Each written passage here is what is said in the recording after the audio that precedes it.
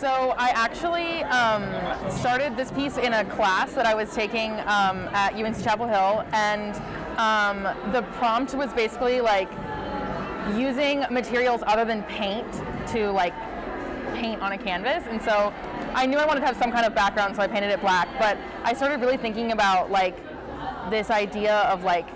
grief and connection and healing through like a lot of the like self-reflection that comes from that. So like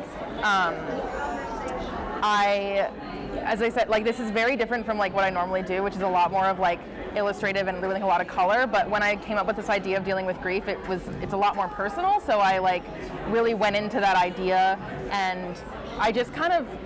started putting rope on the canvas and just letting it drape in ways and seeing like how it falls. And I wanted to have specific spots where like I really got to like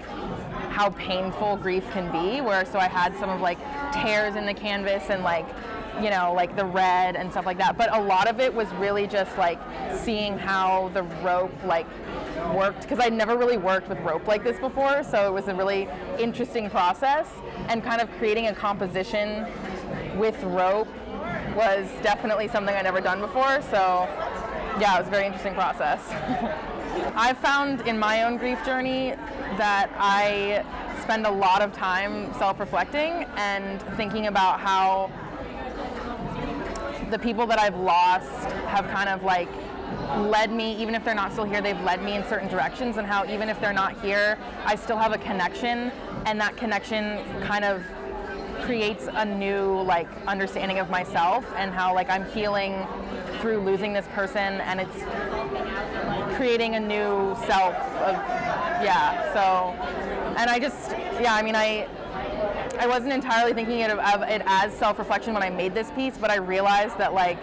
it's very much about that, and that like grief is about the person you lost, but it's also very much about who you are after something happens like that, like how do you keep going, and how do you heal, and how do you connect with new people after you've experienced a loss. It's something that you don't really understand until you lose someone, that like